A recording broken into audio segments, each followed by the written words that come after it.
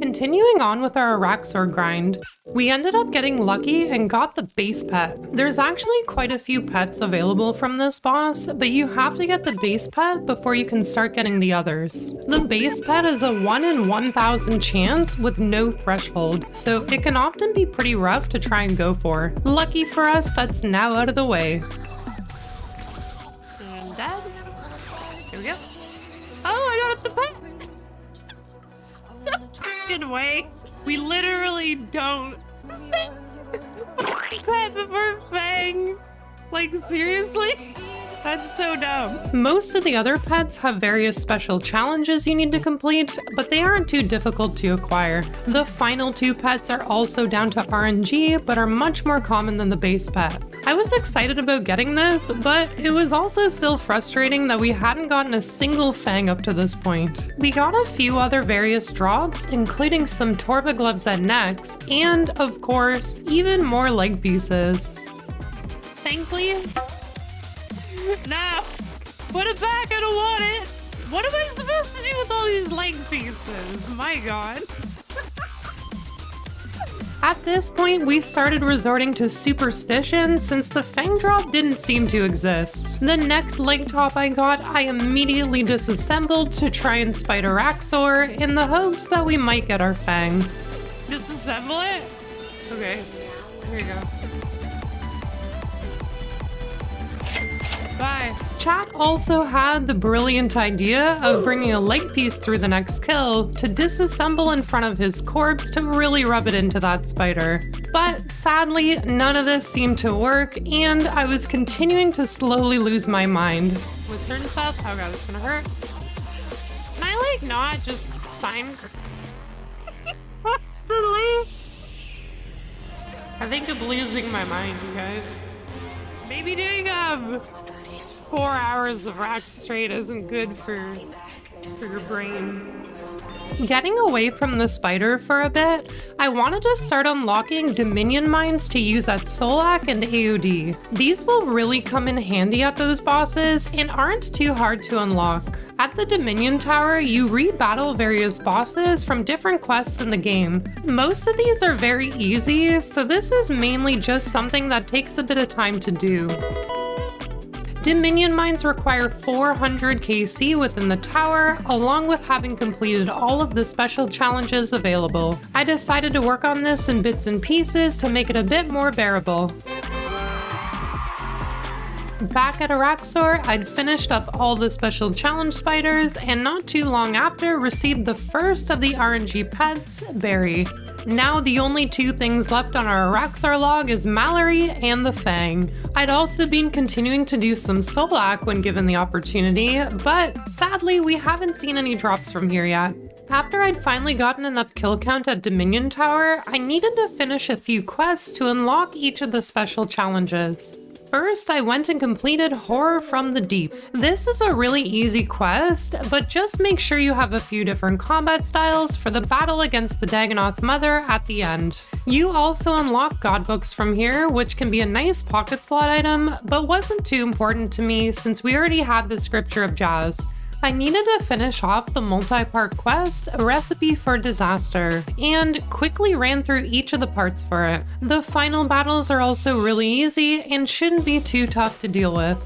I then went and completed the Fremennik Heart achievements so I could do Blood Runs Deep next. This is a pretty long quest with a few combat encounters throughout it. None of them are particularly difficult, but they do have some quirks. The two Dagannoth Sentinels you fight will heal each other if their health gets too far from the others. This isn't much of a problem with EOC since you can just out DPS the healing, but if you're having trouble, just try to damage each of them equally. You'll also battle the Dagannoth Mother again, who's a bit more powerful than last time. Again, she isn't actually that difficult and can be dealt with the same way as before. With all those done, it was time to go through each of the Dominion Tower special challenges. None of these were very difficult in my opinion, and deaths here are safe, so I wouldn't worry too much about it. And after completing each of the challenges, we could finally buy some Dominion mines. I ended up getting to try out our new fancy mines at both Solak and AOD, which was a lot of fun, but we're still sadly missing any drops from either of them. We did get a bit lucky elsewhere though, getting a Virtus top at Nex and some Acto Primeval boots during Beastmaster. And then back at Araxxor, we ended up getting the final pet to make us officially just Fang off of completing the log. We got... Wait, we finished everything before Fang. No way that happened. What the hell? Look at this. What is this? Yeah, it's the last pet. Literally now the only thing I don't have is a Fang. Like, it's still cool, but I'm just like, I'm at a loss for what to say about this.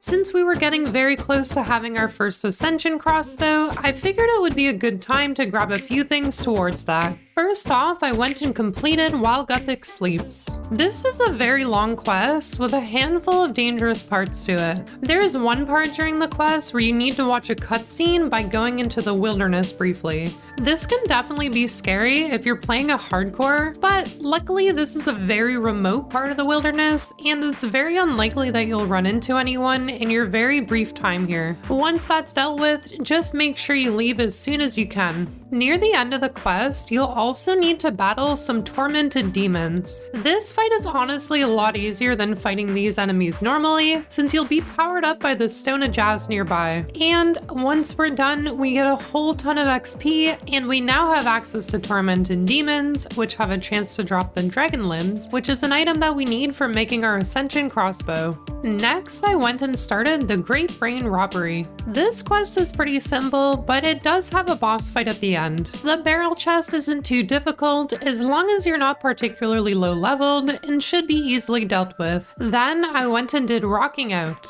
This is another easy but a bit longer quest that doesn't really have anything too difficult to worry about. There's some parts where you have to defeat a guard without any gear, but this shouldn't cause any trouble at all. And with that one done, we gain a rather nice amount of XP along with some various other rewards. With those ones out of the way, it was time to do Ritual of the Majora. This is a rather long and decently dangerous quest. Near the beginning, you'll need to navigate through the trees while making sure not to be in the open for too long. If you are in the open too long, you'll end up getting hit by a blast of fire and sent back to the beginning. You'll also want to make sure to have some kind of dragonfire protection in case you get hit by the fire. This section can be a little frustrating, but the wiki has a great path suggestion for getting through this. Near the end of the quest, there will be a series of battles. None of these are particularly hard as long as you're paying attention. The main thing will be dodging the attacks Lucian is throwing at you by just moving out of the way once in a while. A lot of this fight will be spent standing around just dodging those attacks because you have to wait for the NPCs to kill certain enemies. Overall, this shouldn't be too hard to handle, and the wiki has a great overview of the fight if you feel that you need it.